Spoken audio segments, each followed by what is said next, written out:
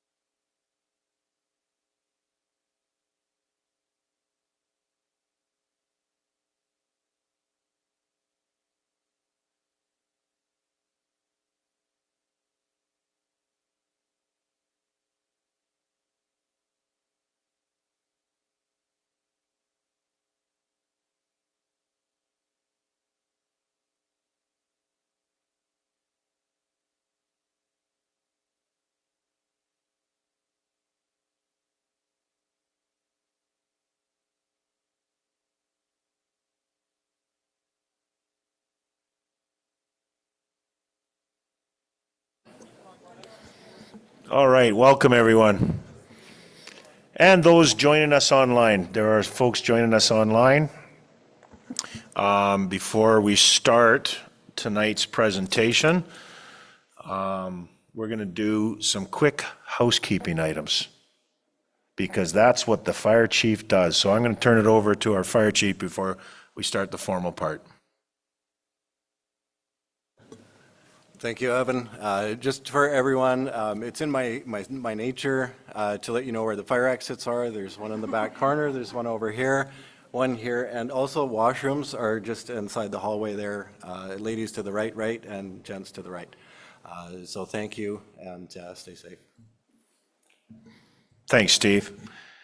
So, first of all, thank you for coming out tonight. So this week marks National Emergency Preparedness and Planning for the entire country. Emergency preparedness for small communities, large communities across Canada has been heightened, obviously, in the last 20 years because, most notably, because of climate change and also with the size of our country growing at a rapid pace. You're seeing more and more traffic on the roads, more and more train traffic, you're seeing airports at its capacity.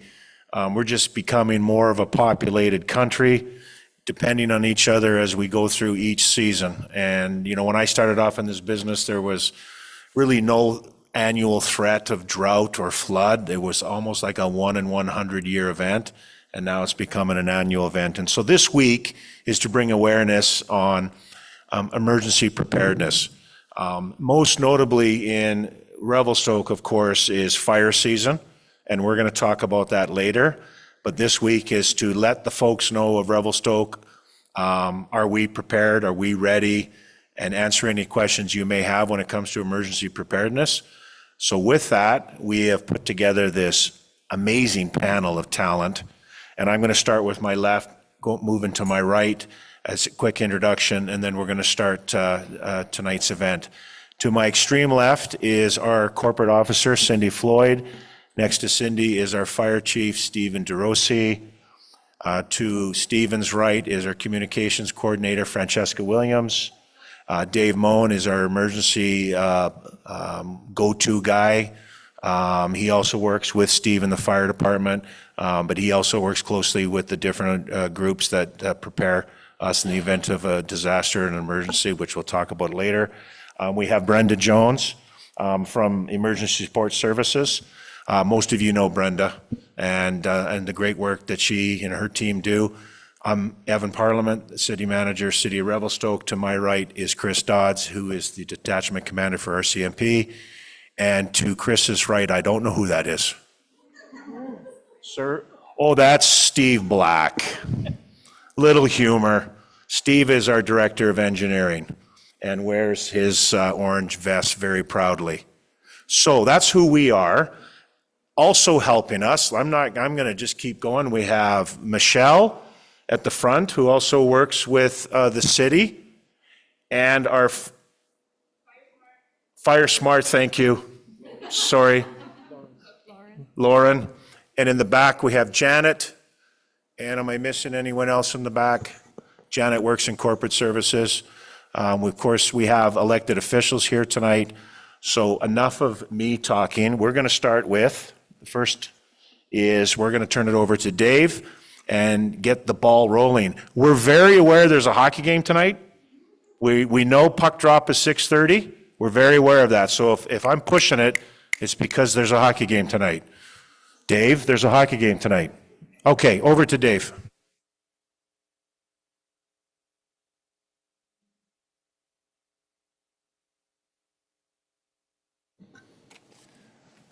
Okay, hello and welcome everybody. One thing that I will do before I get started is I will do a land acknowledgement for First Nations, just to recognize that we are working and playing on the lands of the Snayaks, Ktunaxa, Secwepemc, and the Silks peoples.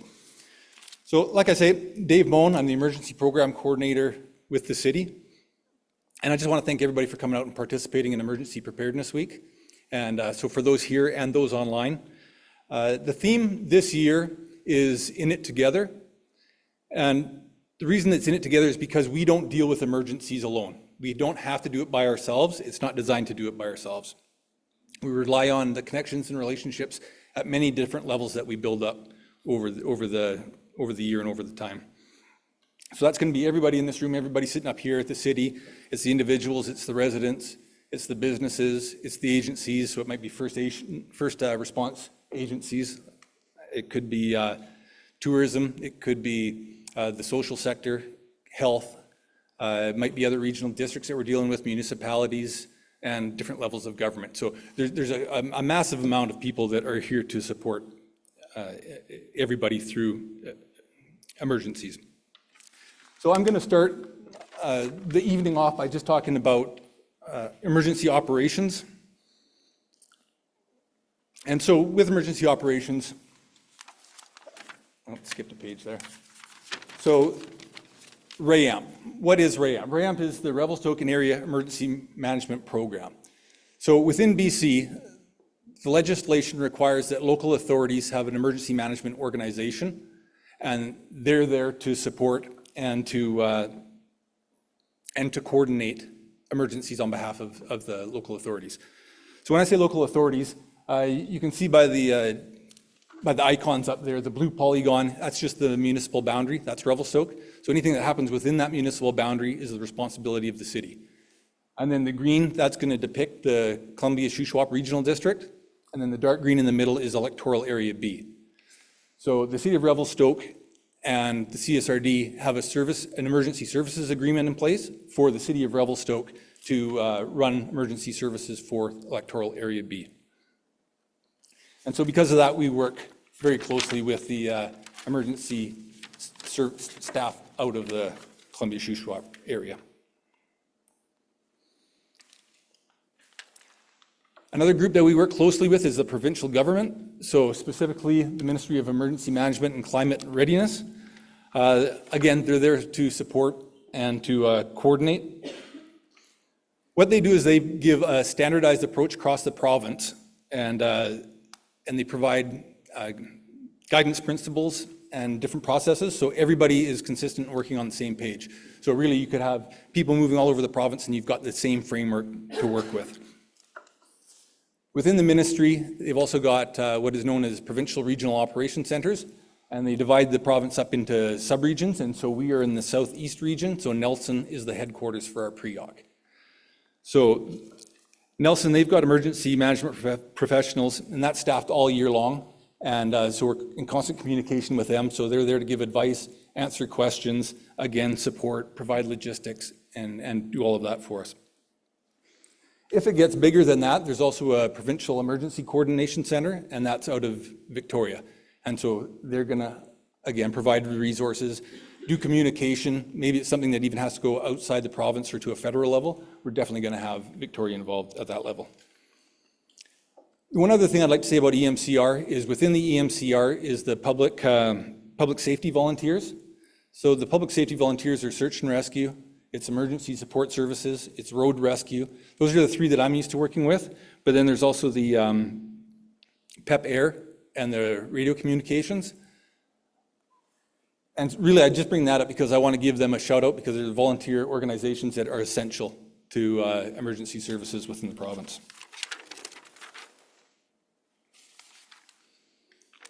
So I mentioned on the last page that there's a standardized approach throughout the province. And this is the framework that the province uses. It's the BC Emergency Management System.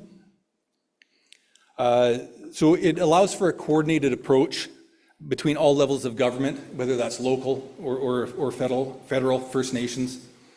Based on ICS, so it's a shared understanding of roles and responsibilities, again, so you've got that ability to switch and work with different areas.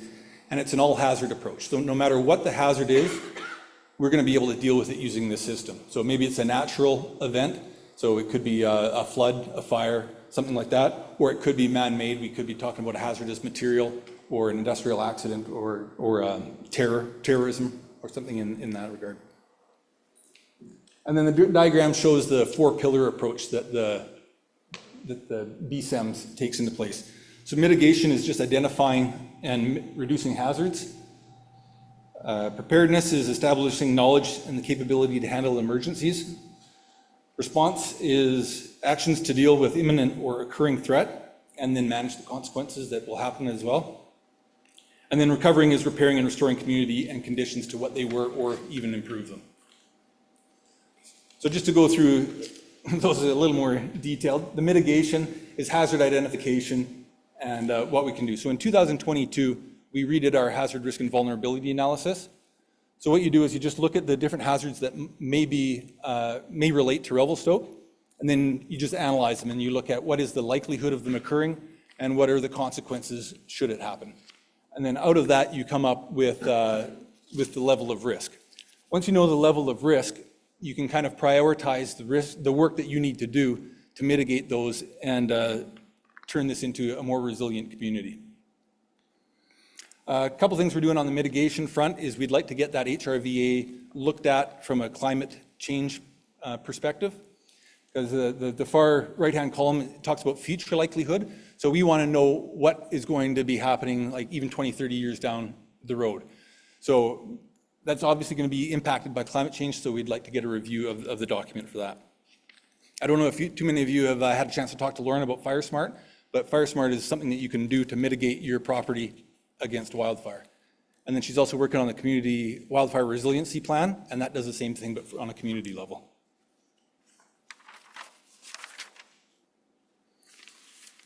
Preparation, establishing knowledge and capability. So training staff. Any city staff that are interested in emergency management can take emergency management training. Quite often we'll start them with ICS 100. That's an introductory emergency management system.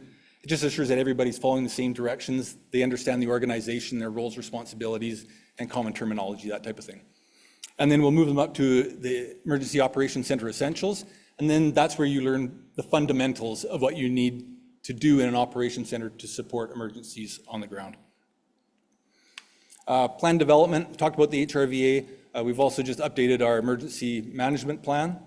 And then with that, we're looking at local plans to support provincial guidance documents as well. So some of those are evacuation and state of local emergencies. There's a few other ones as well. I know Francesca, she's probably going to talk about the communication plan. We're working on an extreme hazard or extreme weather hazard plan. And then there's exercises as well. Exercises are just putting into practice what you've learned in your training. So we have done a few exercises. They can be tabletops, they can be full exercises. We are a little light on those, so we would like to increase our frequency with doing some of those exercises just to ensure that all our skills are at the highest level.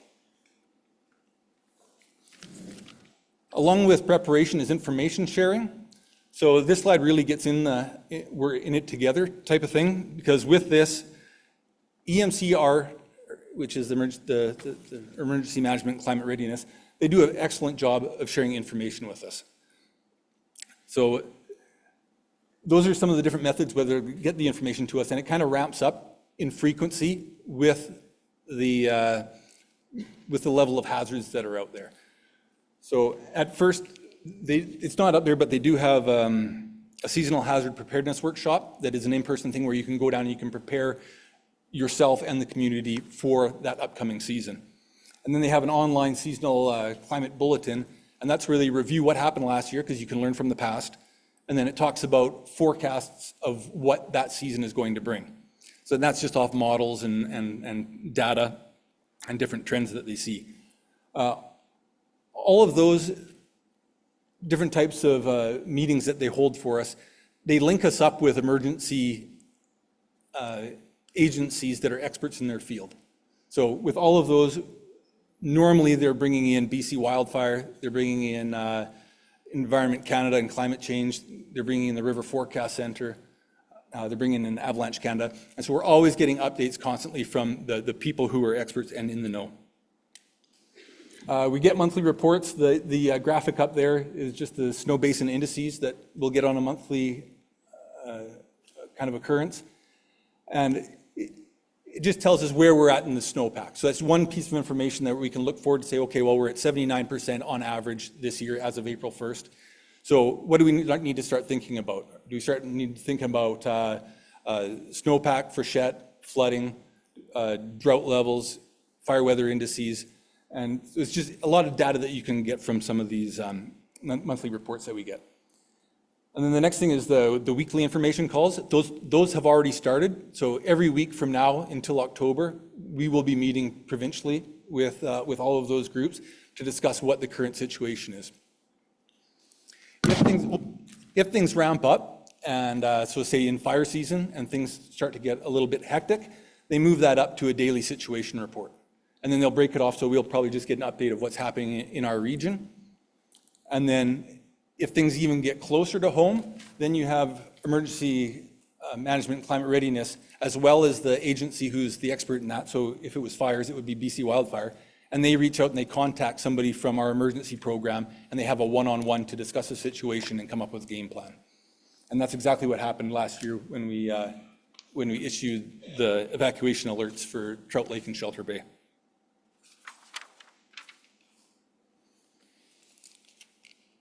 Response, so that's the actions that you take to deal with the imminent or an occurring threat. It doesn't actually have to be an event that's taken place. It can be the threat or the potential of an event taking place. We want to be ready for that as well.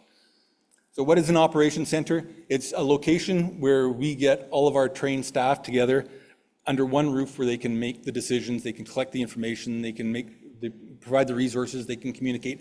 Everybody is right there, so we don't have to hunt around and phone and email and try and get a hold of everybody. So it's very efficient. We do have a designated emergency operations center. It's out at the airport. And so by having an emergency operations center that's designated, if something happens, this whole table can go out there, sit down and start working. There's no setup. We don't have to waste time doing that.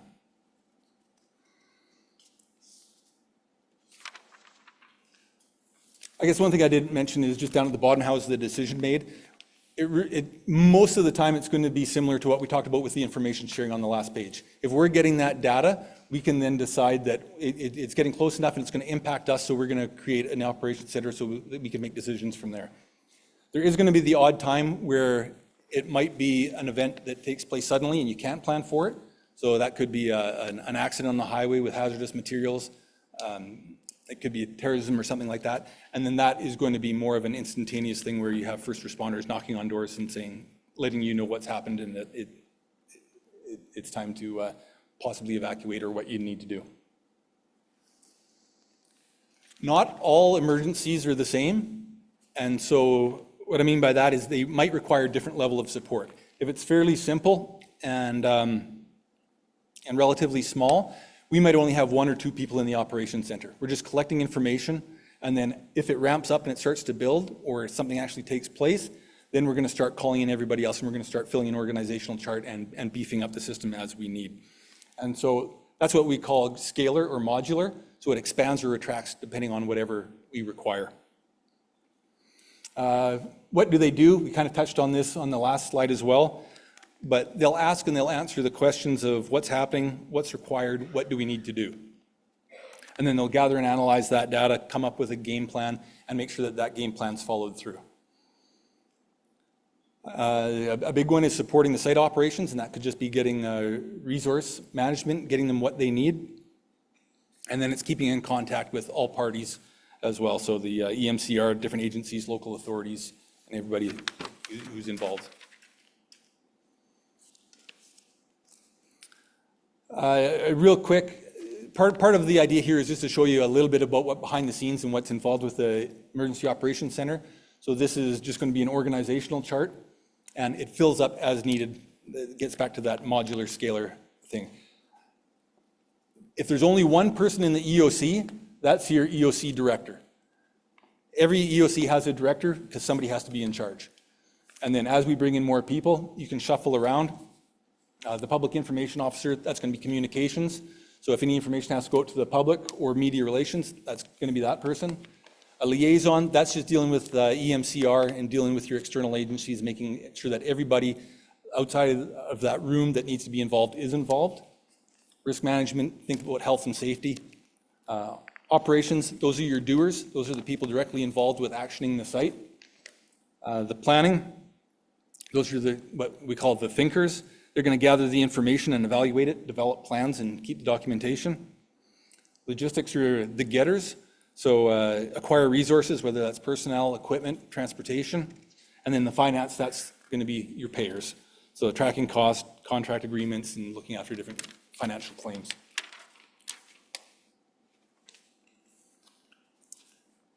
Managing information, this is admittedly a pretty dull slide, but again, it's just to give you a glimpse of what's required in EOC. So those are just some of the documentation that's going to be required to fill out and where you put a lot of your information. So an incident report, what's happening on the scene. Like this is very general, but that's kind of going to be it. Status report, that's kind of a situational update from each different group or branch or unit. Those all come together with briefings and meetings, and that's given to the planning group, and then they're going to come up with an action plan. And so out of that action plan, you're just going to formalize your objectives and set the goals that need to be achieved in the next operational period. And then the situational report is just a general overview that you can pass up to higher up in the organization or to different levels of response like EMCR. One of the decisions that comes out of the EOC has to deal with evacuation. So just quickly before we get into it, evacuation has 3 levels.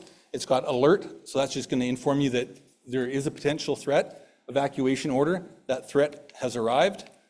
and evacuation rescind. There's no longer a threat. And so we'll talk about those on the next page.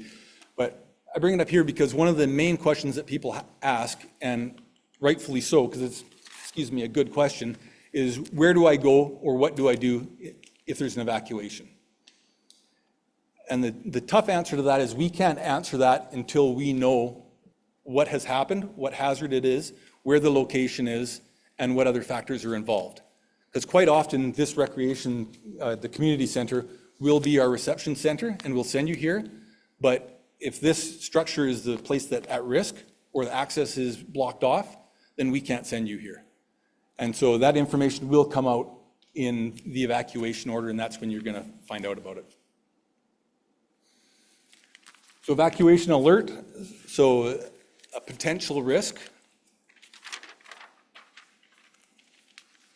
So it's going to tell you who issued the alert, what the alert is for, and what area it covers. And it's also going to tell you what you should do and how you should prepare. I'm not going to get into that. That's going to be Chief DeRosie talking about that. But it's all going to be on the evacuation alert. It will come with a map as well. This is exactly what you would see on Alertable. It's what you're going to see on Emergency Info BC. It's what you're going to see on the City of Revelstoke webpage. Like I say, it will come with a map. The polygon on the map for the area, we got that directly from BC Wildfire.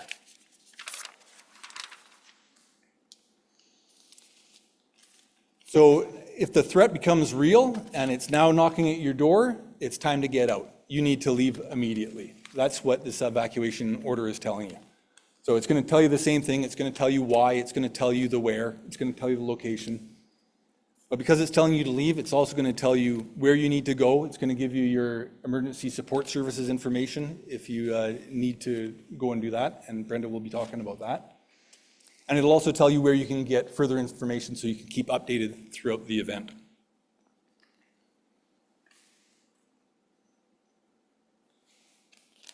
And then once the evacuation order once the threat has been removed and it no longer exists, then we'll send out an evacuation rescind, and that means that you're clear to return back to your home.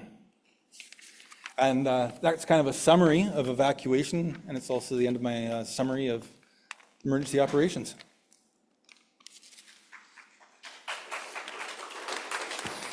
Thanks, Dave. Before we get to the next presenter, any questions? Are we fielding questions now? At the end? At the end? Okay, thank you. Is a chief up next? Steve? Oh, it's Chris Dodds? Mr. Dodds, RCMP trumps the fire department. Okay.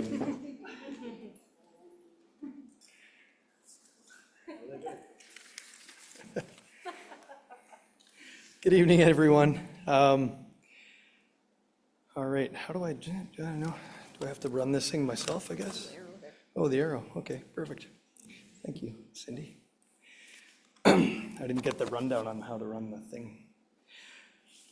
All right, so supporting the EOC. Of course, the RCMP supports the EOC. A lot of other partners support the EOC as well. So as you can see, Search and Rescue, the RCMP, BC Ambulance Service, province, the regional district, and that one is the BC Wildfire. Is that what their new logo is? Oh, okay. All right. Sorry. Yeah, so mainly I'm here to talk about the RCMP, of course. We fit in, we don't fit in exactly in that org chart there, other than we kind of hover around the side as with a liaison officer that would be attached to the EOC. We support the EOC directly on whatever event is occurring in the area. So that's our role. Obviously, it's going to depend on what the event is, what the emergency is, disaster, or public safety issue or something. So that would be our role. So emergency events are difficult tasks, obviously, and demanding in terms of resources. So We support the EOC by delivering evacuation alerts and orders. Most of the time, we're not going to do that ourselves. We're going to actually get search and rescue to assist us with that, unless it's a small area, because our resources, we just don't have enough resources to spread out across a large area to issue those orders or alerts. Really, one of our biggest roles in all of this is public safety. So just as we regularly do in our daily business, we're all about public safety out there. That's our main role and goal, to protect the citizens of the area and our visitors. But during an event, we're certainly going to set up or be part of the public security for the evacuation area. We're going to often set up and man roadblocks that keep people out of evacuated areas that have been set up. And that's mainly, obviously, for public safety. We don't want people going into areas of operation where we're doing active firefighting, things like that. But we're also protecting people's property to make sure that we don't have people coming into, break and enter into people's houses when nobody's home, loot, whatever. It can happen in some places. It doesn't happen a lot, but it does happen. We do security patrols also to make sure that people aren't sneaking around in the evacuated areas. That's one of our main roles. We'll do that also in conjunction with private security. So again, we don't have the resources often to patrol the whole area with just a few members on a shift. So we'll utilize private security people to man check spots, and do roving patrols within evacuated areas. We will also manage anybody failing to comply. So if we have people inside of evacuated area, we're going to try and figure out why they're there and what they're doing, and if they're there for some nefarious purpose. And so we're probably going to escort them out if they shouldn't be there, and try to keep those things kind of secure and locked down until has happened is cleared up, or we do some reintegrate, or whatever the word is, where we allow people to return to their properties. So a couple of things that I don't have on this list and that Francesca wanted me to cover. So that's okay.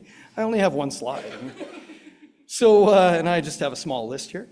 So the RCMP, the Revelstoke RCMP, is it's a dual detachment, basically. We have both provincial, we patrol both provincial and municipal areas. So we're the contract police force for the city of Revelstoke. And so obviously in this particular forum, we provide the public safety and security for the city of Revelstoke, but also the area surrounding Revelstoke. With evacuations, the RCMP would be involved with planning those evacuations with the EOC, depending on whether or not it's municipally or provincially in the provincial area. Last year we had down towards Shelter Bay. We didn't have too much to evacuate there, but we were involved with that as we would be.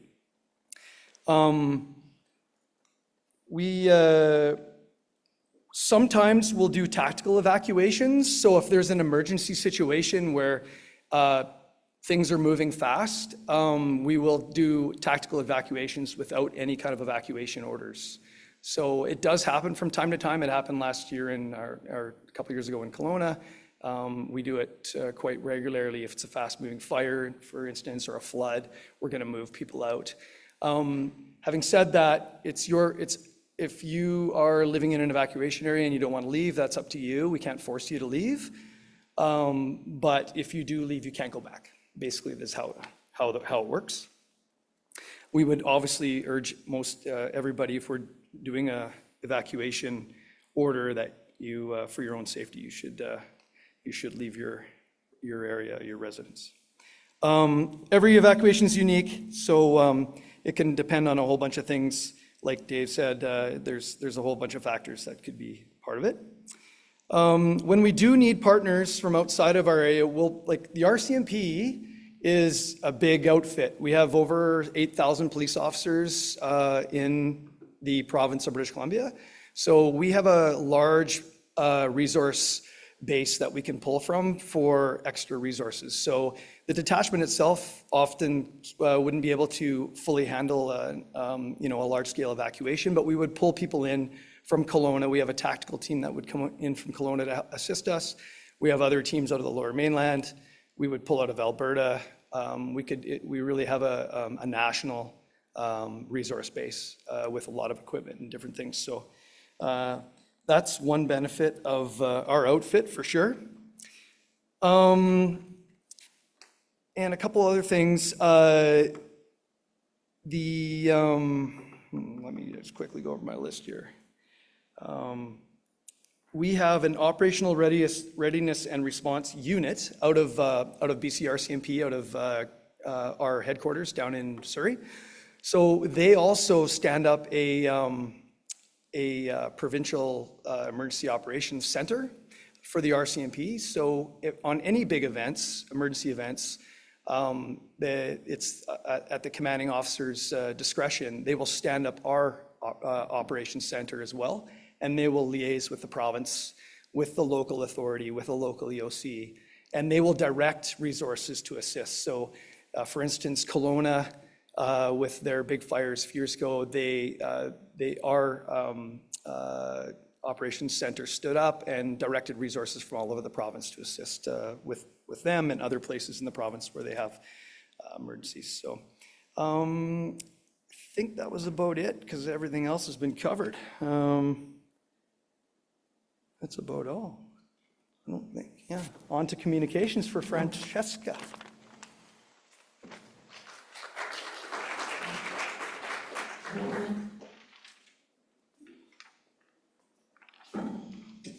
Hi, everyone. So, hopefully that has loaded up on my screen. Sorry, a little technical thing there. So my name is Francesca. I'm the communications coordinator for the City of Revelstoke, and I'm going to talk us through the communication process in an emergency. So when an EOC is activated, I act as the Public Information Officer, and I share the responsibilities with the Director of Corporate Services. During an emergency, the role liaises with all the different teams throughout there, and the process is very similar between an emergency when an EOC is activated and when an EOC isn't activated, as both scenarios follow the Incident Command Structure System, or the ICS structure. So once an emergency has been declared, the communication process can be broken into multiple stages.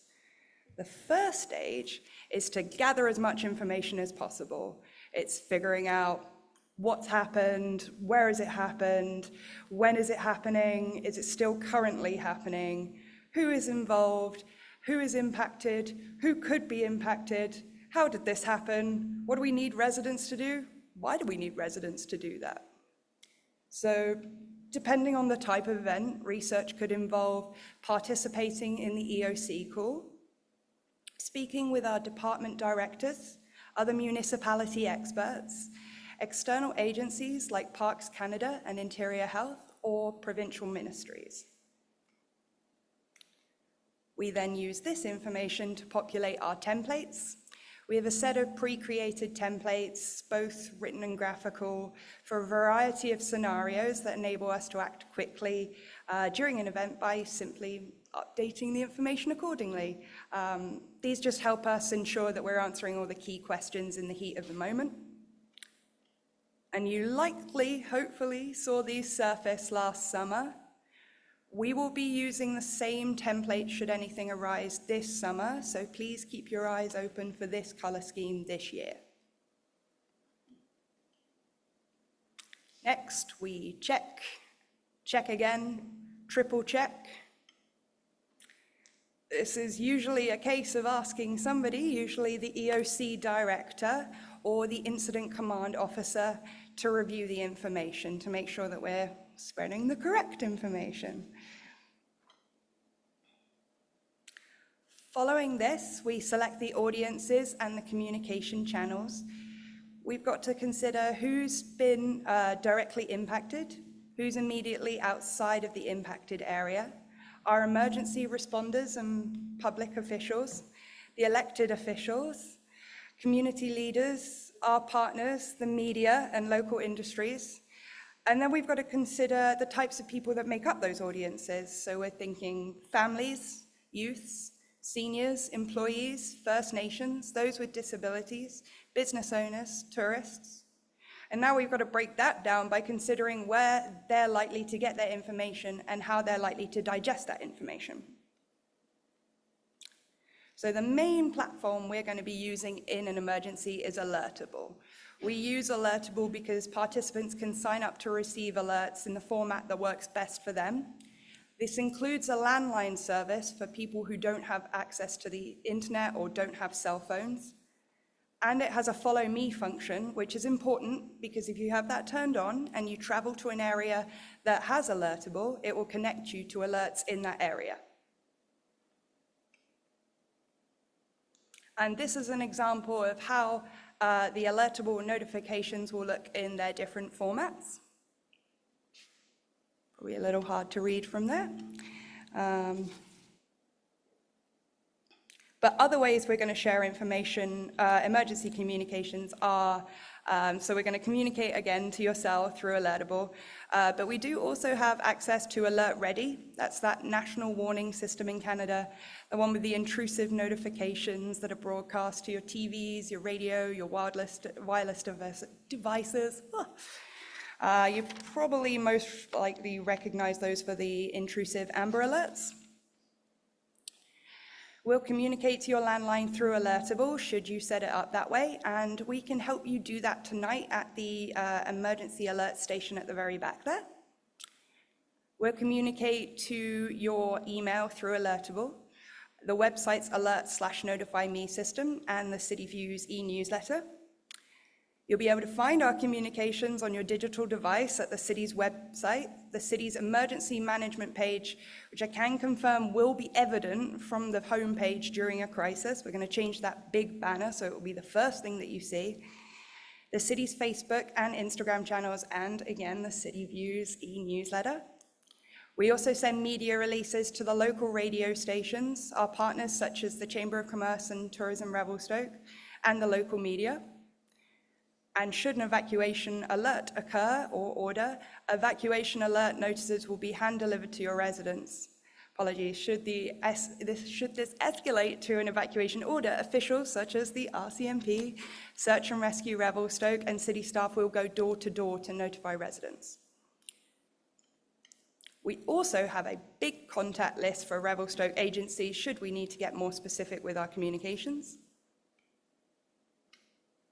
And then once we've selected the audiences and appropriate channels, we will share the communications, which is really just pressing go on a bunch of different platforms.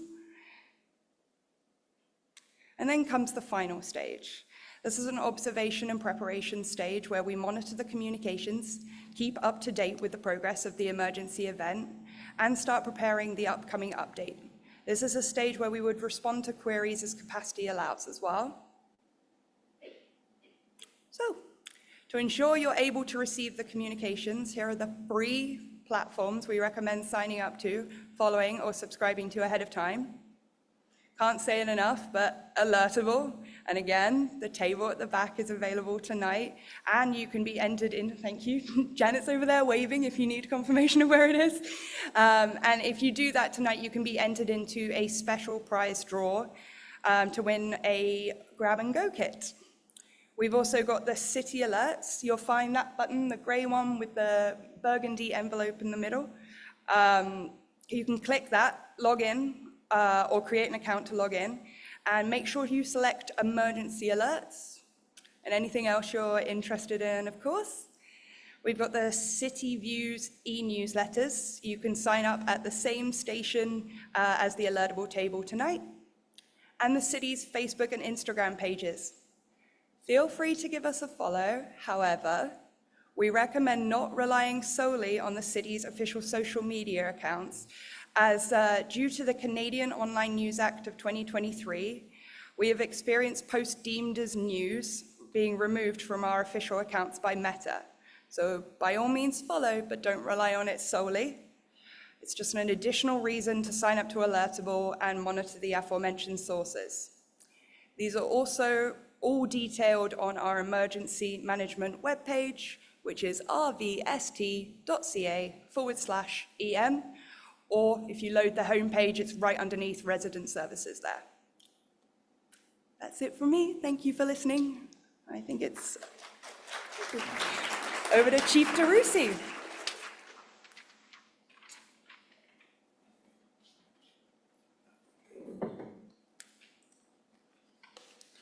Good evening, everyone. My name is Stephen DeRosi. I'm the fire chief for Revelstoke. I'm also part of the senior management team working within the city as well as the RAAMP and of course the fire department. So the theme tonight is that emergency preparedness starts with you. So this being Emergency Preparedness Week, it's an excellent time to get prepared. We know how the emergency program works. We know how emergency management, climate readiness, and emergency operations centers functions, and what to expect for the stages of evacuation, the various agencies involved, the alertable notification system, and the official communications in the event Revelstoke has a major emergency. So now let's talk about what you can do to be prepared for an emergency, not only in Revelstoke, but anywhere that you might travel in the province or the country. Because being prepared is more than just gathering supplies. For your grab-and-go bags, it's about working together as individuals, as First Nations, and all levels of government. We can be prepared to respond and recover better. So if you're prepared for an emergency, have a plan, and emergency supplies ready, you'll be prepared to support your family and others. So the first step in being prepared is to know the hazards in your community. Mr. Moen mentioned the hazard and vulnerability analysis that was redone, so we know some of the hazards that are specific to Revelstoke, but we'll get into that in a little bit more detail shortly. Then make your plan. An emergency plan tells you and the people you live with how to respond during an emergency. And then gather your supplies. When an emergency happens, you might need to shelter in place, at home, or evacuate immediately. And remember, hazards vary from region to region.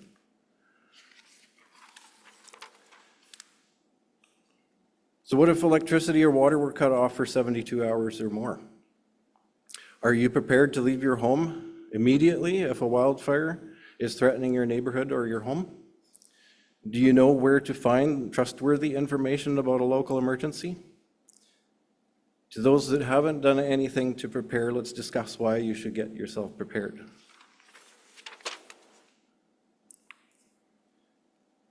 So a survey in 2017 revealed that many British Columbians were not prepared. We could see by the numbers here that 13% described that their plan is complete.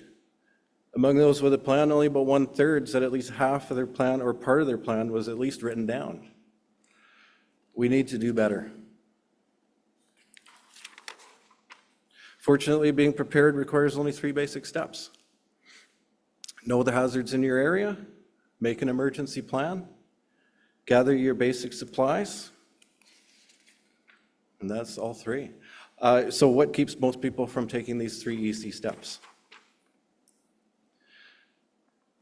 First, let's address some common misconceptions about emergencies in BC that might be keeping you from being prepared. Number 1, most emergencies are short-lived. This is false. The Lower East Adams Lake wildfire led to evacuation orders lasting 16 days. The Sycamore wildfire led to evacuations for around 1,000 residents lasting 12 days. If memory serves me correctly, the West Kelowna was 55 days evacuation orders for some of those folks. So, number 2, I won't ever have to deal with an emergency where I live. This too is false. The hazards you need to prepare for vary depending on where you live, but where emergencies can and do happen anywhere, anytime, including when you're traveling. Number 3, There are a lot of emergencies I just can't prepare for. This is not true. There are consequences common to many types of emergencies that can affect you, such as power, water, and communications outages, or perhaps you're unable to access food or medical supplies for several days. If you know the hazards, have a plan, and an emergency kit, you'll be prepared for most types of emergencies that might happen. I just don't have the time. Buying an emergency kit is quick and easy, and even easier when assembled over a short period of time. In fact, we're going to make it easier for you tonight if you've signed up for Alertable, or if you have Alertable, use Alertable. We encourage you to use Alertable. Did we say that? We've got 2 grab-and-go kits that we're going to draw for tonight, one after the presentations and then one after the Q&A tonight. So you have 2 opportunities for that. So we face different hazards depending on where we live. Not every community is at risk for tsunamis or avalanches. What hazards might happen near your home, or where you work, or where you travel?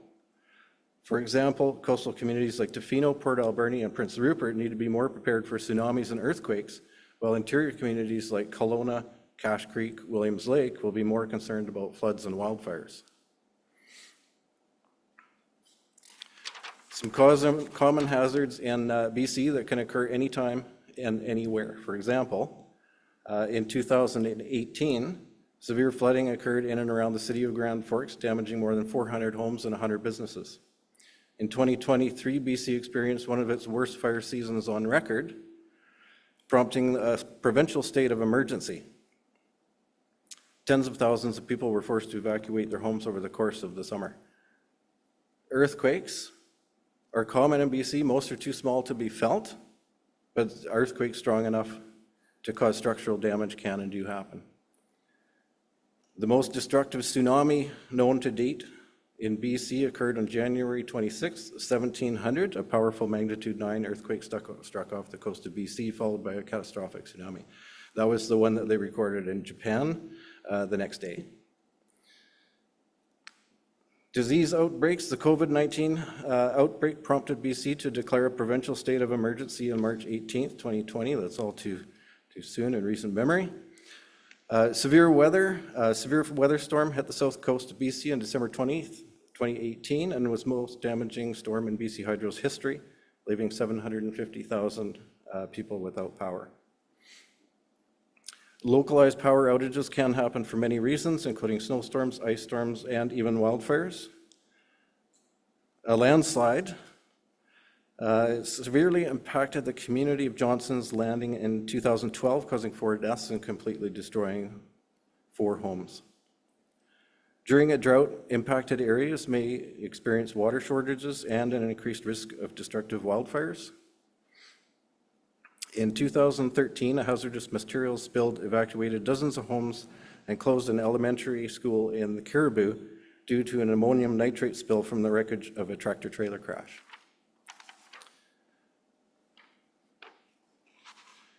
The next step in preparedness is to make your emergency plan. An emergency plan is a guide for how you will respond in a disaster. Knowing what to do and where to go will reduce your anxiety and help keep you focused and safe. Preparedbc.ca//emergency ready is a great place to get more information. These next slides will walk us through some of the consideration that should be included in your emergency plan. Being able to communicate during an emergency is critical. To help, you can save a list of people in your phone that you can call for help and keep a copy in your emergency kit. One contact should live far enough away they won't be affected by the same emergency as you are. It's also helpful to have at least one contact who lives in your community, a family member or a neighbor.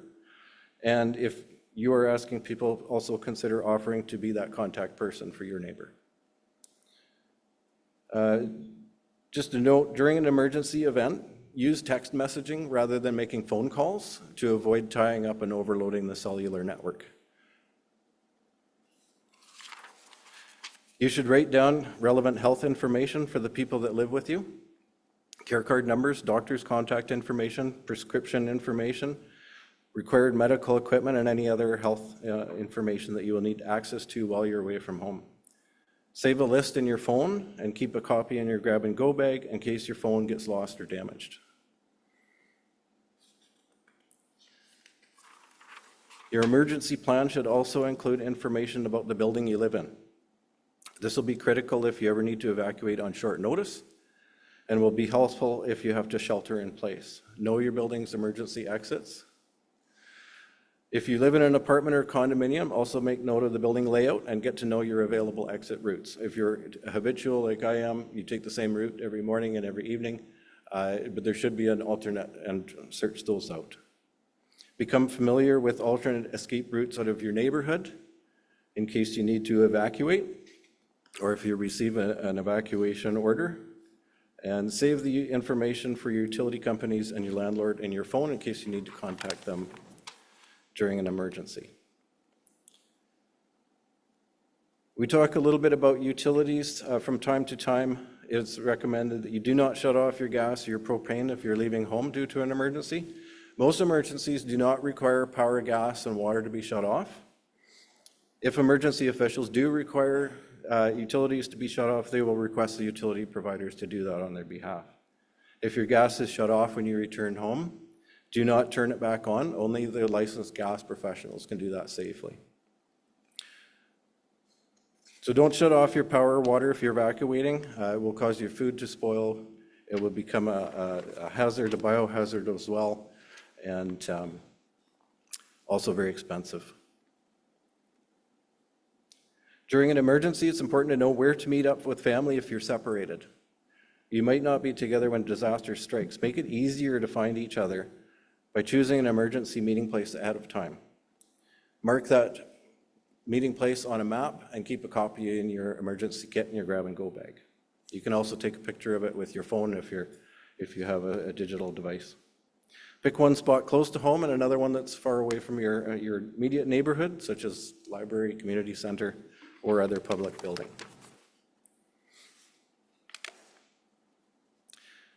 If you have school-aged children, you need to plan for the possibility that they might be in school when an emergency happens. Know your school's or daycare's emergency contact info and their emergency policies and procedures. Designate someone you know who can pick up your children if you're separated and you aren't able to, and ensure that your children know who this person is.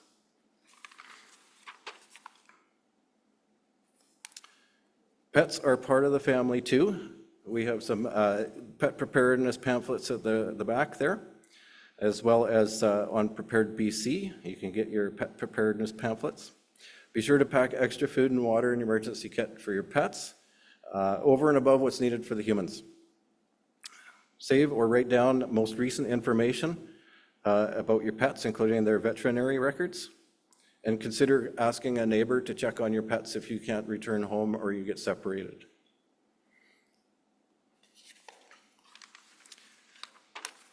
People with a disability or special needs require additional planning. If you require and rely on a prescription, ask your care provider how you can keep an extra supply or a valid prescription handy.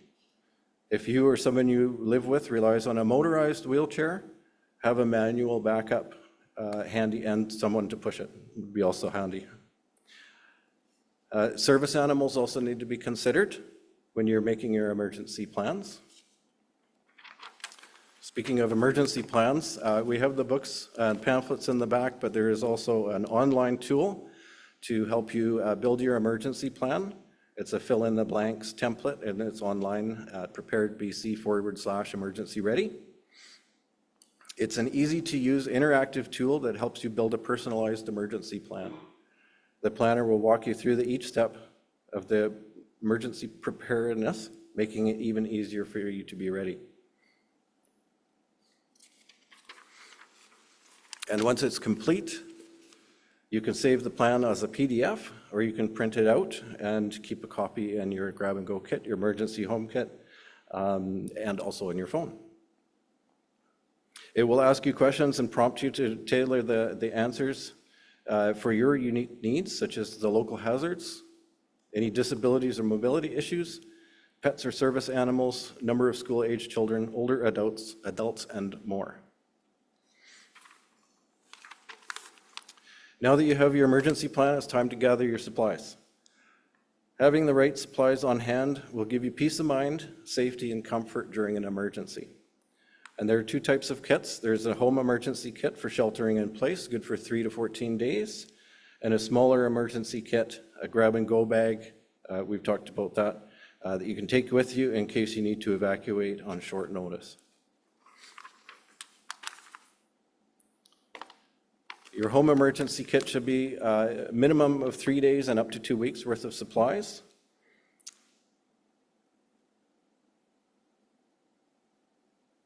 And shelter in place. This would be the home emergency kit would be sheltering in place. If power's out, you're going to need some lights and some heat. If there's no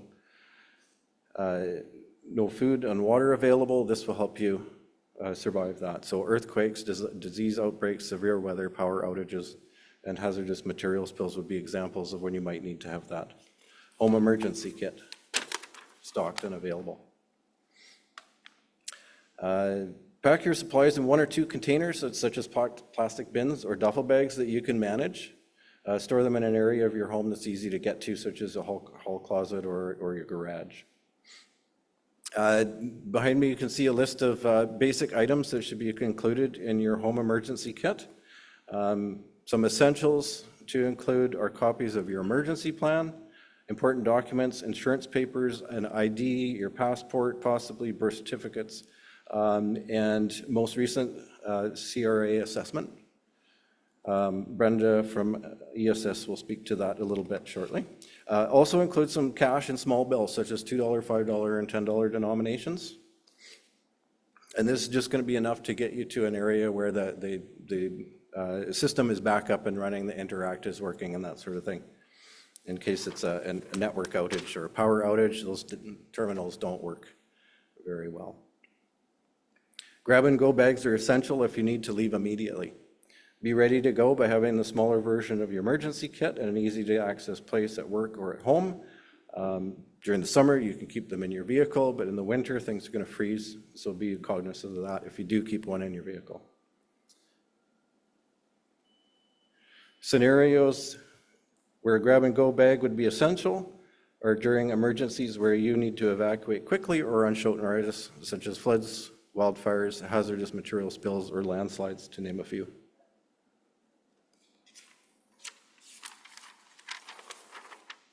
Hopefully there's not a major call coming in.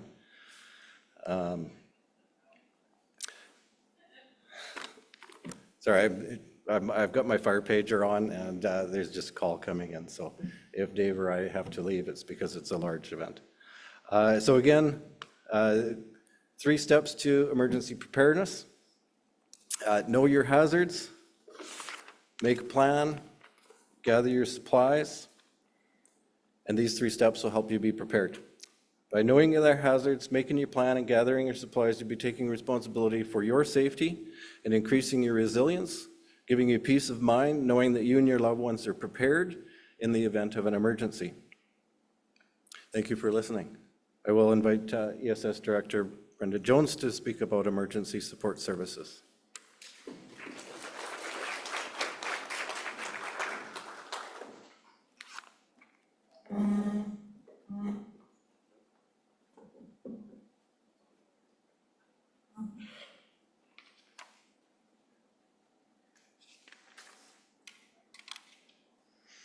Hello, I'm Brenda Jones, the ESS Director for Revelstoke area.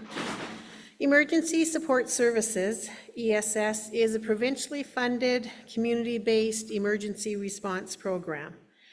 ESS helps meet evacuees' basic needs during a disaster, reunites separated families, and provides people with accurate and up-to-date information about the situation at hand. We also help people to reestablish themselves as quickly as possible after a disaster. ESS provides up to 72 hours or 3 days of lodging or shelter allowance, restaurant meals or groceries, clothing, incidentals, and transportation.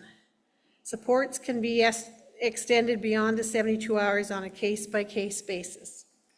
Those eligible to receive ESS support must be citizens of British Columbia who have been displaced from their main residence by a disaster. Check your homeowners or tenant insurance immediately after a disaster, as they may offer better support options than the ESS program. We've assisted many house and trailer fires in town over the past several years. We have also taken in evacuees from the Merritt floods and Kelowna and Shuswap fires as they needed additional rooms. We also have mutual aid agreements with Salmon Arm and Golden, where we get together throughout the year for exercises, training, and conferences. We will support each other's community when needed. There are two things you can do now to make an evacuation easier. First is download the BC Services Card app on your phone. If you do not have a cell phone, you can get a token from the BC Services at the courthouse. It's just a little token right here. This makes you eligible for an e-transfer for all the services you would receive from ESS. For example, $200 a night for a family up to 5, meals at $53 per day per person, clothing at $150 per person, incidentals at $50 per person, rather than staying in a hotel and eating 3 meals a day in the same restaurant. Second, once your BC Services Card app is downloaded, go to the ERA program and set up your profile. Do not start a registration file until you're evacuated, but you can set up a profile with all of your information. We often get approached by members of the community who would like to help out during an event, and we thank them for their interest. In order to become a volunteer, they have to complete 4 courses, either online or in person through the Justice Institute of British Columbia. These courses are Introduction to ESS, Introduction to Reception Centers, Registration and Referrals, and Supervisor for ERA, which stands for Evacuee Registration and Assistance Program. We also have meetings once a month and do in-house training and exercises. By completing the above courses, we are then able to host a reception center in town when needed, and it also allows us to help any other community in the province virtually by remaining in Revelstoke and working on our laptops. I also have a sign-up sheet for anyone interested in becoming an ESS volunteer. Thank you for listening.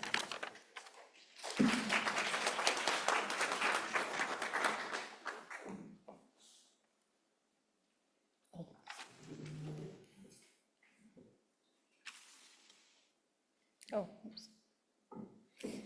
Thank you very much, Brenda. So quick summary, know your hazards, make a plan, gather your supplies, sign up for Alertable, know where to look for emergency information, and create an ESS profile. If you would like help signing up for alerts or an ESS profile, you can go to the back table and Janet can help you out. And in the meantime, we are going to have Chief Derusi draw the first grab and go bag, and then we'll move on to our first question.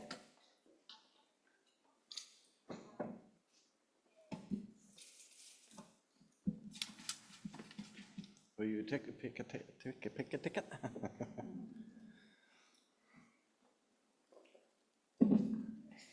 Ticket number 2994469.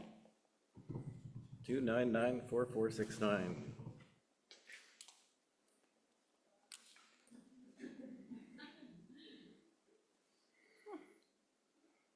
Do we have no winners? No bingos? Maybe Francesca would like to pick the winning ticket. So 2994469.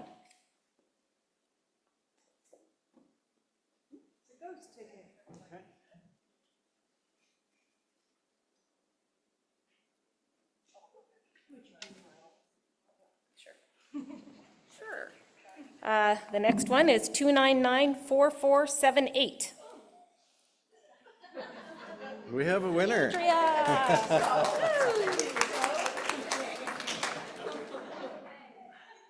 2994478. We have a verified ticket. Amazing. Oh, that's amazing. Wonderful. Thank you. You are beginning of Preparedness. Thank you so much. You're welcome.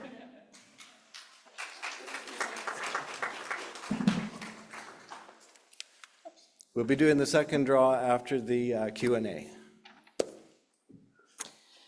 Perfect. So now we are going to start the questions. You can either use the Slido app or step up to the mic if you do not want to use a cell phone. And I will start with the first question on slide. Oh, I will start with the first individual up at the mic.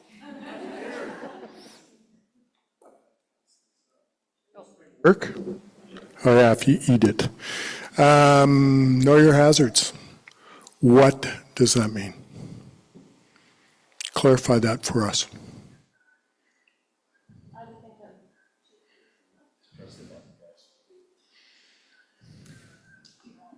Knowing your hazards, you're just realizing what hazards may be relevant to Revelstoke. So when we did our HRVA, we kind of prioritized some of them, and it is a bit subjective, but some of the hazards that we have are hazardous material spills, whether that's on the highway or with CP. Thankfully, CP has a lot of mitigation plans that they can deal with themselves. It was done in the time of COVID, so infectious disease was one, and then wildfires up there. So there's a few things you know, but if you have your preparedness equipment available to go, you will be able to respond to the hazards that are out there. But if you know your hazards, and it's like fire, for example, then you can get a hold of Lauren, and there are things that you can do to mitigate certain hazards in your community. All right, good. Just wanted everyone to know that, our hazards here in our community may be different than others, and I just wanted you to spell that out. Thanks. Yeah, like specific to wildfire, and we'll talk about that in a second, and that's coming up during our second presentation later this month when we host Wildfire Week. Okay, so this has been produced by our friends from Tourism Revelstoke. So Tennille Hamilton is in the crowd. This is hot off the press, and so we're going to be hosting an event at the end of May 26th to June 1st. That's going to talk about preparing for wildfires, which is top of everyone's mind. And in here talks about some of those hazards and what you can do around your home to reduce the risk of wildfire. So specific to that, it highlights that. So please pick up a copy of this. I know a lot of folks want to talk about wildfire, and even though today is about emergency preparedness, everything from A to Z, and let's be honest, I think we all think and know the biggest threat to Revelstoke is wildfire. We have a very busy CPKC presence in the community, and the train traffic. We have a dam. We can go on and on, but wildfire is top of mind. So it's going to be celebrated Wildfire Week, May 26th to June 1st here in Revelstoke. Thank you, Evan. So the first question, I think that David Moen he addressed it a little bit in his presentation, but here goes. TCH, CPR, BC Hydro, Parks Canada, and RMR critical assets are in or near our town. Are these organizations involved in our emergency planning? So the Revelstoke and Area Emergency Management Plan, they meet, and it's the RAMP Management Committee that meets and has bi-monthly meetings. There's a designated voting membership of 7 people, but then there's external agencies that are invited to the table as well. And all of those people are invited in as external agencies. The communication probably isn't as frequent as it could be, but I know when we were doing our HRVA, we were meeting with those groups quite regularly. But yeah, the idea is that they are invited to the meetings, and we continue to keep them involved with emergency preparedness. Thank you, David. Next, we have thinking about what happened at Lapu Lapu celebration. I'm wondering whether the city, RCMP, are interested in playing a role in event emergency planning. Are we talking like a tabletop, like a simulation? Is Robert, yes. Yes. Hey, Robin. Hi, Evan. I'm just talking specifically about when we have these big events. So I'm the director of Arts Revelstoke. We have Luna. We have people gathering frequently in the city. And I think, you know, heaven forbid something like that should ever happen again. But we want to not look like fools. Should, you know, a copycat or something like that happen. So I guess I'm wondering if the city's interested in cooperating with, we have so many different events in town, to help provide resources and planning to mitigate those kinds of things. Yeah, I can certainly take the first stab. So since that tragic event, I know there's been talk around the local government circle on how to prepare your community so that doesn't happen in where we live and work. And it starts with the dialogue with, of course, with the RCMP and our other associations and stakeholders that make up our team. I know at UBCM, even in Silga last week, which was held in Merritt, but UBCM this fall, when all the municipalities get together in Victoria, there's going to be discussions specific to those large events, because I believe that event was a game changer. I do believe you're going to see new measures and new protocols put in place. I've already seen the talk on the email amongst my peers relative to large events. And so to Dave's point earlier, when we do meet monthly, the last meeting I met, there was a lot of people in that room that represent those different groups. The nice thing that we have in a smaller communities, we have cell phones, direct access to BC Hydro and their community government liaison person. We have direct cell phone access to CPKC, their community and governmental liaison person. And we certainly have cell phone direct access to RCMP. And so I think the long answer is there is talk since that event to prepare ourselves, everything from a small community farmers market, which is a threat now, it is a threat, to a large-scale music festival, because the world has changed for good, and I think that event in Vancouver has changed it in a lot of the minds of these small communities that just never thought it would never, ever happen here in Revelstoke or in a small community. Thank you, Evan. Oh, sorry, Chris? Thanks, Cindy. No, I'll just say quickly, the RCMP has consulted on most major events, or all major events in the city within Revelstoke. So we do consult on those, and we do provide, I do provide feedback and suggestions, advice on special event permits pretty regularly, in fact. Probably, I'm looking at those things almost weekly. So I do provide input. I do provide input to the city on certain security advice, you know, for various things. So we have, the topic has come up on hardening or blocking streets for special events, and it's something that's been considered in the past. So probably more on the table now than ever, but we definitely consult on it, and I provide opinion. At the end of the day, it's up to the city whether they approve a permit or not, but we provide feedback. Traditionally, it's been with liquor consumption, beer gardens, those type of things, but also street closures, special events where large crowds are going to be in certain proximity of, depending on where it is, depending on fields or downtown, on the roadways and stuff. So it's certainly a topic of conversation, has been in the past, and it certainly will be in the future. Thank you. So the next question, I think, goes to one of the fire department team. Are there plans to implement the unacted recommendations from the 2015 Wildfire Resiliency Plan, like a community fuel break?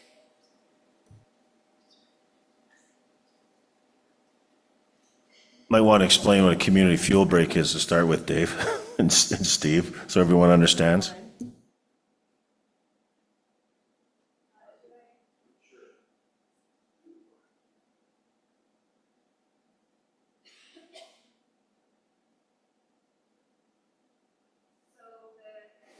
Can you hear me? Okay, that's better. The 2015 community wildfire resiliency plan is no longer what we're using. We have a brand new plan. It can be accessed on the city website, and we are looking at fuel management treatments in the future, absolutely. There have been some spec as possibilities within the plan, so if you want to familiarize yourself with that, have a look at it. As far as continuing anything from the 2015 plan, we're not doing that. We've completely have a new plan with new objectives. So I'd suggest having a look at that. And we are definitely looking at fuel management in the future as an opportunity to protect the community. Thanks, Lauren. We'll take a question from the floor. Mr. Gallicano, go ahead. Thank you. Can you hear me? My concern is with the Illicilla Bridge. I was wondering if there is an opportunity to partner with industry, maybe CPKC or Department of Defense, and looking at like a emergency pontoon bridge in case there's ever an event that takes the Illicilla Bridge out. I mean, the Columbia River Bridge and you got the Big Eddy Bridge, you've got the two bridges, but with the Illicilla, you only have the one, and you got the hospital on one side and city on the other. And I know that there was provisions for that when it was closed earlier, and they had in case someone had to go by ambulance or anything. But it would just be more comforting to have another option. So that's my question: is if there's any way that we could look into that. Thanks. Director Black, do you want to speak to that? Thank you. Yes, we are looking very seriously at a second crossing. Replacement of the 4th Street Bridge is also programmed in our long-term financial plans and transportation master planning. These documents have just recently been completed, and so funding is not yet there, but it is in our books and it is a plan. And so given time and focus, that will be a priority for us. We're also considering an option someplace by the Box Canyon to try and get a crossing in where the river is very narrow. And there are some issues obviously with CP, but our thoughts are very much in that area of trying to mitigate that single crossing of a substandard bridge, which does not meet our current design standards. So keep a heads up, we'll be focusing on that. Just to add to that, most of you are aware of the potential in the log jam that threatens the community upstream on the Illicilla. Council's been very active to address that issue. I'm not going to get into the gory details, but there has been an application prepared for funding to remove that threat. The other challenge with the bridge, of course, is its age. And these bridges can cost anywhere from $30, $40, $50 million. At AVICC and SILGA and UBCM this fall, there's talk to change the legislation and allow municipalities to borrow monies without electoral consent to replace critical infrastructure. And if that legislation were to be amended and changed, I believe Revelstoke would seriously then begin the process of a second crossing. But right now, the legislation prohibits us from spending money without electoral consent, which takes both time. And if it's not passed, there's no funds to build a second crossing unless there's a major grant to pay for that second crossing, and bridges aren't cheap. So we're going to be paying attention to the legislation, but just to remind everyone, we are treating that logjam as a serious threat. That's been a priority of this council since they were elected. Thank you, Evan. So further to that, I don't know, Director Black, the next question is, what's the plan for the logjam?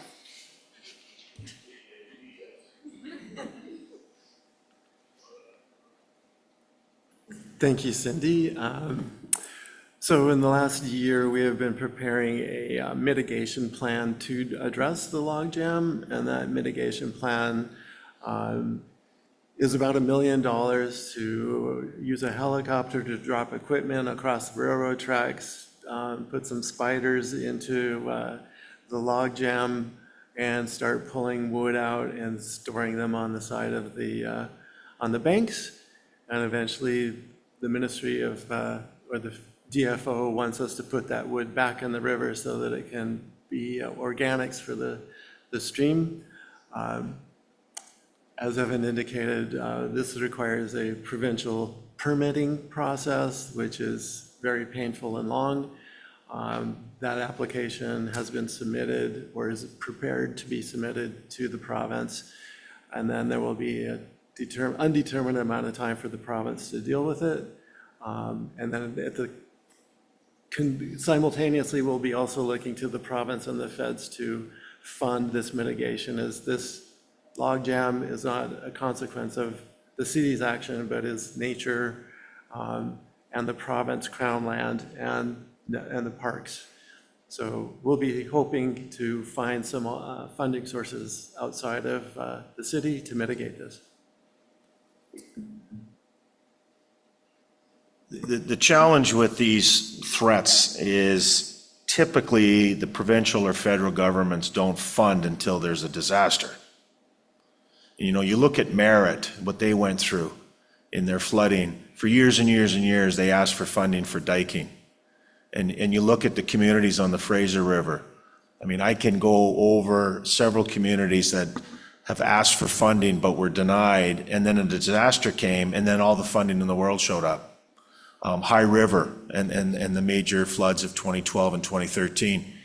Unfortunately, that's what it would take, is for that log jam to burst and take out the bridge, worst case scenario, and then we would probably get $100 million in funding to replace the bridge and all the damage it would cause. And so our job at the city, especially with council, is to lobby as hard as we can and be more proactive than reactive, and rather just wait for the disaster to happen, because that is the reality of our world. Monies do flow when the disaster hits. It would be nice if monies flowed and we were proactive and we prepared for this, and it just continue the lobbying, be the loudest in the room, and that's what we've done in particular to this logjam issue. Because it is outside our jurisdiction. It is the provincial government's responsibility, but we are taking an active role, even though we have no jurisdiction, by telling both levels of government it's a serious threat. Thank you, Evan. I'm going to skip the next question because it's referring to the second crossing, and I think we've already had that discussion.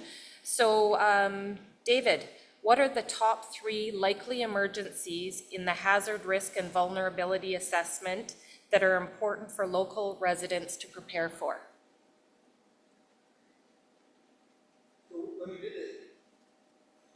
When we did the HRVA, one thing to remember is that we are just coming up with scenarios, and then we just kind of look at the likelihood and consequences. So it is very subjective, and so the list can change. If we review it next year and determine that something needs to change, these can fluctuate. Rail incident was number 1. Like I say, CP has a lot of mitigation plans and response plans in place, but it was rail incident. Human disease was second. Kind of tied in with number 1 is hazardous material spills.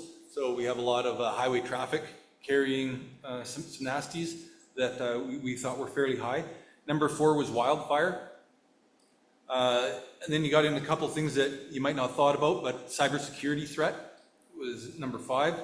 And then motor vehicle incident, which again ties in with hazmat, so it's some of the things kind of overlap. And then we had some extreme weather, so snowstorms, blizzards. So the consequences might not be high, but the likelihood is fairly frequent, which is why that boosted the snowstorm up. Air quality, avalanche, landslides, those kind of rounded up the top 10. Thank you. Another one for you, Dave. Has the city and CSRD had an emergency response practice session with all the other agencies with a national and provincial jurisdiction in the past 3 years? So a full-scale exercise with all of the agencies involved? No, we have not. We had a tabletop for the city staff, and CSRD has attended that, but we haven't included all the exterior agencies before. We do have an EOC grant this year, which the intent is to do a full-scale exercise, and that would be for the whole community, and so those agencies would be involved there. So we're hoping to get that done before the end of this year. Yeah, I think we're planning for a fall exercise, correct, Dave? Thank you. And I'm not sure who the best person to respond to this one is, but has the city reached out to Jasper to hear learnings from a wildfire in a resort town in a national park? We have not, specifically the city. But I can talk about FCM's role in a second. So for Wildfire Week, we will be having the fire chief from Jasper come and be a part of the panel to talk about their experiences, along with some other fire chiefs as well, and our fire chief to talk about the importance of prevention and what we're going to be doing as a community to try and prevent this from happening here. That's excellent. Thank you. So, I'll just add to that too. So that event that she's referencing is on the Thursday night, and it's at the RPAC Center, but there is only 275 seats available. So if you want to come, please register. It is free, but just register by using the QR code in the pamphlet. yeah, there's a lot of work that went toward this event, this Wildfire Week, because again, we know that that's on everyone's mind. FCM, Federation of Canadian Municipalities, meets early next month. We're having 2 elected officials attend. It's being held in Ottawa, and there's going to be lots of discussion on wildfires. I know Jasper will be in attendance, and they're going to be very popular with people approaching them on what has happened. Over the years, Slave Lake, Alberta, Fort McMurray, Alberta, Northern BC in 2017, 2018. The list is long. Kelowna, West Kelowna. I mean, you don't have to go far from this region. I also want to quickly point out that we mentioned earlier tonight, backing us, even though we, Revelstoke and Golden, manage our own emergency programs for our communities, including electoral areas, the rural areas. The Shuswap Emergency Program based out of Salmon Arm, the regional district provide regional support and services to support all municipalities. They primarily handle City of Salmon Arm, District of Sicamous, and all electoral areas. In the event of additional support, the SCP program is there to support Revelstoke. They were here and there last year when we had our threat. They're a tremendous organization, well-run, lots of experience. They've been busy for the last 10 years, and we all know what happened in 2023 in their region. And when the West Kelowna fires hit, West Kelowna got all the news, but Sorrento and Area C and Area B, Area D, they were hit hard. And so they are there to support us as well. They're not here tonight because we run our own program led by Dave, but they're behind the scenes supporting us. Thank you, Evan. The next question, I believe Lauren kind of touched on it already, requesting an update on the progress of the fire guard. Will we be following through with the recommendations in the Community Wildfire Resiliency Plan? Lauren, was that also a recommendation in the new plan? It's not exactly the same. So they have fuel management treatment areas, but they're not the same as what was originally spec in the 115 plan. Could you elaborate on the updated plan? What exactly did you want to know? There is quite a large list of fuel management treatment areas. The perimeter fire guard.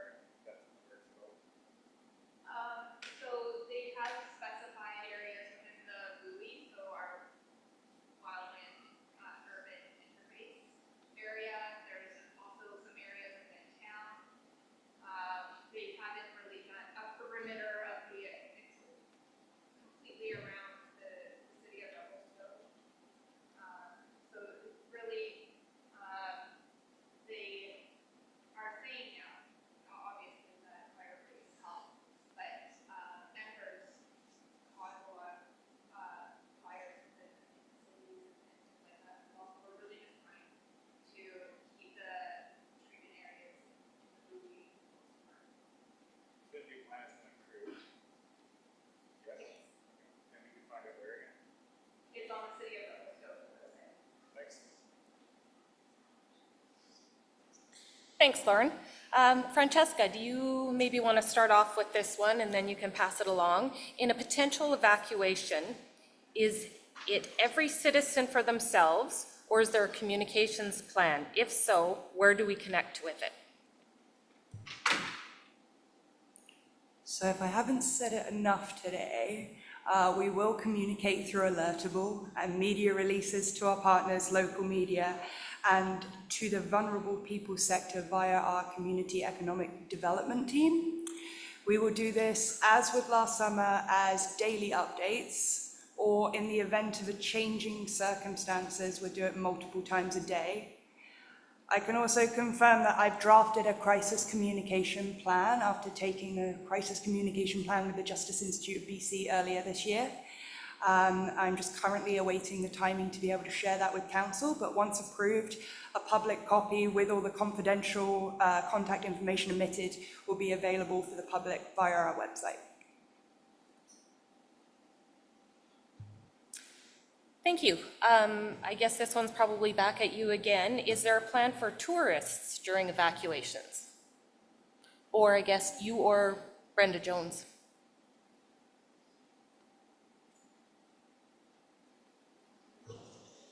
Well, I can start. I mean, I was very proud of what Revelstoke did last year, and the work of the chamber, tourism, the city, and of course, Brenda and her team, when we invited tourists down to Centennial Park to basically congregate down there. We had a welcome reception. We put the word out to all those Jasper folks who were displaced or either heading back home and couldn't get to home, that Revelstoke was welcoming them. Based on the media reports and the feedback that I got last year, I thought it was a true test. Can we be better in some areas? Of course we can. But I thought last year, overall, what I saw based on my experience going through similar events, we were properly prepared. And that's everything from Lori's team and Brenda's team and the work that we did at this building and Centennial Park.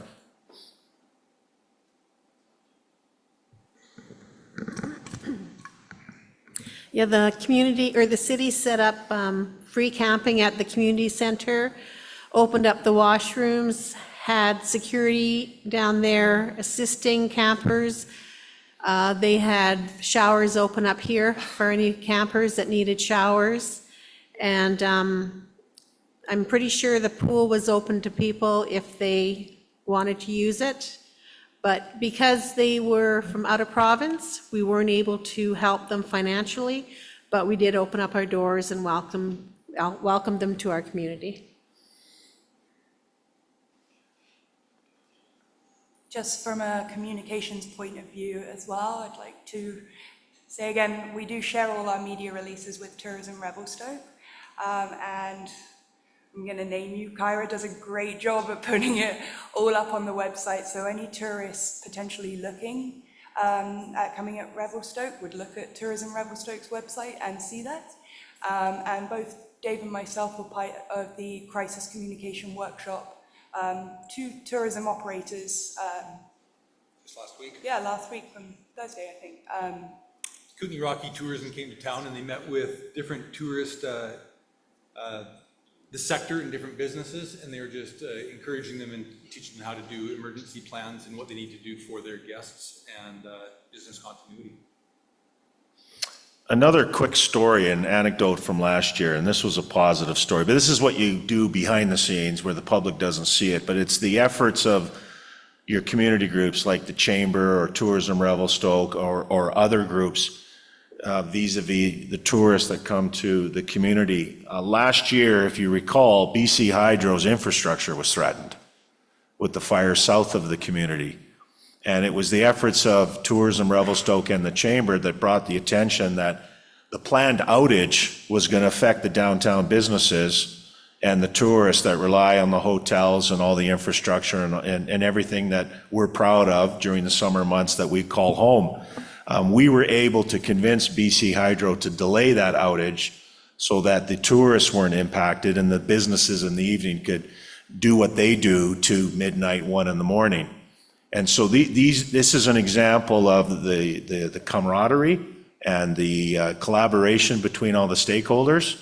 And I thought that was another litmus test on the efforts of the community working together to make sure that we don't forget about our residents, of course. They're our number one priority, the people that live here, but also remember there are tourists, and importantly, there are businesses. And so that's an example of we were able to work together to not impact both the tourist community and the business community last year. Thanks, Evan. One more comment about that. Janet just sent me a little note. Last year, I believe we connected with MCON, and they offered to put some signage up on the highways to advise the tourists what was going on. Next question, Chief DeRusi, can you speak to Downey Slip? I'll do my best. So the Downey Slip, for many of you all already know, is a large landmass up in Lake Revelstoke above the dam that is moving. And so we can't speak to it directly because it's outside of our jurisdiction, but we're aware of it. BC Hydro is monitoring that landslip constantly. There is a warning system in place should anything happen with that. So we're aware of it. It is one of the risks to Revelstoke. And that's about all the information that we can give you on that. Do you have anything to add, Dave? No. Okay. Yeah, it's BC Hydro monitors it. They know it's moving all the time. It is a slight risk to Revelstoke, but we don't know much other than Hydro will tell us if it moves inappropriately. Giles? I just say it's yeah. I'm not here speaking on behalf of BC Hydro, but I do work as a consultant for the dam safety group in BC Hydro, and Downey Slide is extensively monitored, and it also has a 2.5 kilometer drainage at it that keeps water from saturating the mountain slope, and there's work with the Canadian Space Agency and others that are looking at reservoir slope stability all throughout BC Hydro's reservoir. So it's a really comprehensive program, and there are dam safety reports available online if people are interested. Thank you for the comments. By the way, that was Giles Shearing that heads up our search and rescue, Revelstoke. So thank you for that, Giles. You should be up here on the panel, Giles. One minute. Thank you. Next question, I don't know whoever can answer it best, but is there a plan to ensure enough food for the community during emergencies and a communication plan to prevent excessive buying?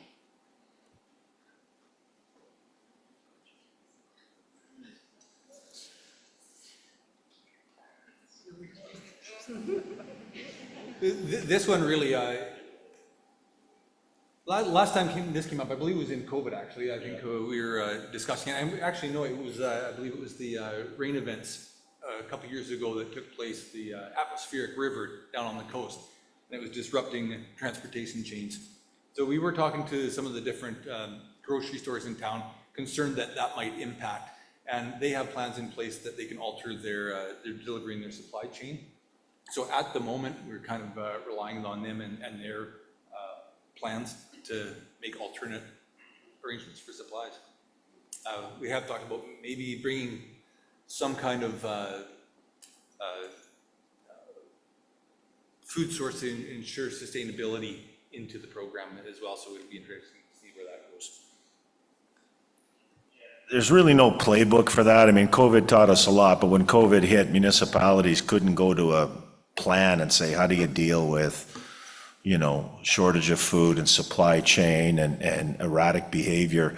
The positive is that COVID did teach us a lot of things to do right and not to repeat the things that we did wrong. And I know, having gone through that with another community, it's that, again, the role of your community groups, the role of the chamber to notify their businesses that they have to be prudent and responsible. And it's just, duplicating the things that went right during COVID and correcting the mistakes that didn't go quite well. Again, there's no playbook on this, but it really highlights the importance of working with your community groups to mitigate the damage on consumer behavior during a disaster, because it can get hairy. As for a specific communication plan for that scenario, no. But as the process that I mentioned earlier, the number one stage is research, and that final stage, the sixth stage, is observation. If we had an event that led to that, and that was the kind of behavior we saw in the community, I would absolutely tailor our communications to that. But I think we've spoken quite a bit here as well about working with our community partners. So I would be working with the grocery stores to work out how I could help support them with that kind of behavior through our communication channels. Thanks, Francesca. Laura Stovall would like to know more about evacuation plans, for those without vehicles, and do those plans include pets? So with transportation, I think a few things are going to come into play here. The more people who have access to somebody to help, if they can look after themselves, that's going to take the pressure off the people who aren't able to get that help. We can put in an application to BC Transit, and then they're the ones who approve the use of all the buses that we have in town to transfer people, and we would be looking at that, and we would be using that. The social sector may have opportunities to help out their clients and provide that as well. Interior Health has a plan to look after themselves. As far as the pets, I know with the ESS program, some pets are included. I have to check with BC Transit and see whether or not the pets would be allowed on their buses.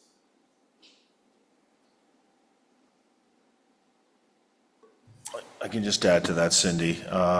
Another war story, if you will. During the 2015 Chaco Reservoir flood, affected the communities on the Chaco, Highway 16, Burns Lake, Vanderhoof. Those floods were excessive.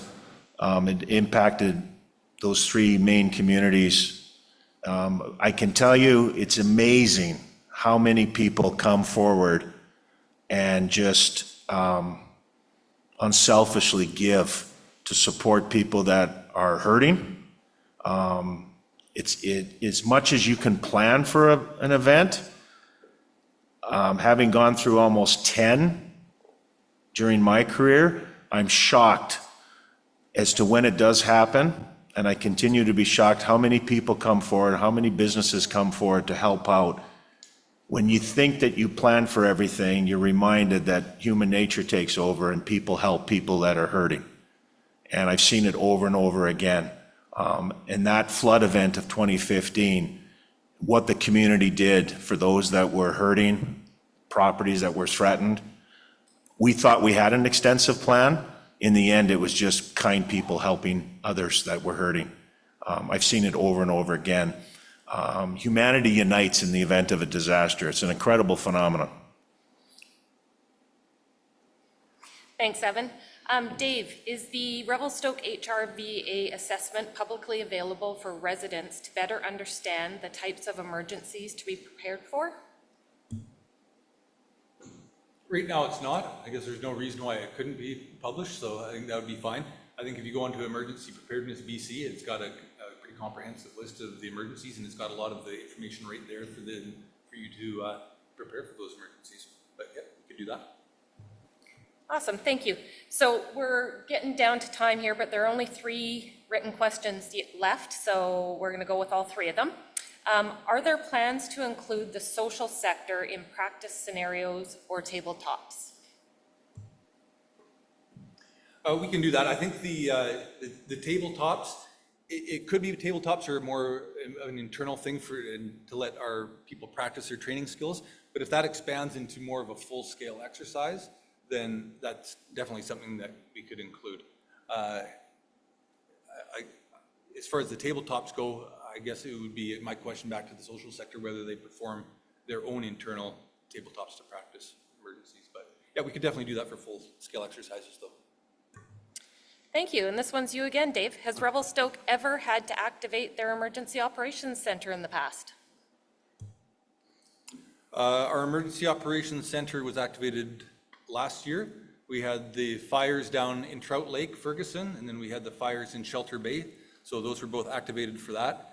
We were activated for heat for the last 2 years. So yes, usually a couple times a year, we activate our EOC, whether that's 1 or 2 people, or last year for the wildfires, we probably had about 8 people, I would say, sitting around the table, listening to conversations, doing what we needed to do. The EOC, for those that don't know, is located at the airport. It's fully equipped. It works very well. We practiced it last year. And a backup to the EOC, if there's an event at the airport, the backup is at the Fire Training Center on Powerhouse Road, and it's fully equipped. So we have a backup to the EOC, and plus the support of all the regional support I mentioned earlier. Thanks. And last online question, where can we find the Revelstoke Emergency Plan?